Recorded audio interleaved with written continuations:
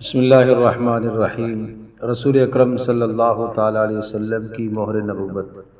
نبی اکرم صلی اللہ تعالیٰ علیہ وسلم کے دونوں شانوں کے درمیان دائیں شانے کے قریب مہر نبوت تھی۔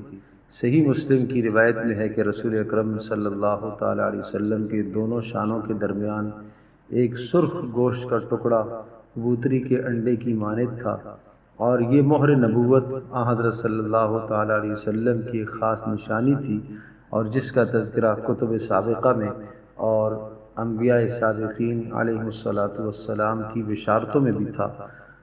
بنی اسرائیل کے علماء اس علامت کو دیکھ کر وہ پہچان لیا کرتے تھے کہ حضور صلی اللہ تعالیٰ علیہ وسلم نبی آخر الزمان ہیں، جن کی انبیاء علیہ السلام نے ہمیں بشارت دی، اور یہ نبوت کی مہر بھی جنہوں نے بتائی نشانی کے طور پر حضرت صلی اللہ تعالیٰ علیہ وسلم میں وہ نشانی موجود ہے۔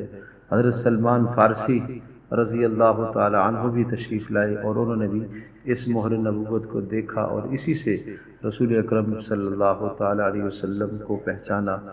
یہ مہر نبوت رسول پاک صلی اللہ علیہ وسلم کو من جانب اللہ کی طرف سے گویا کہ نبوت کی ایک مہر اور سند تھی۔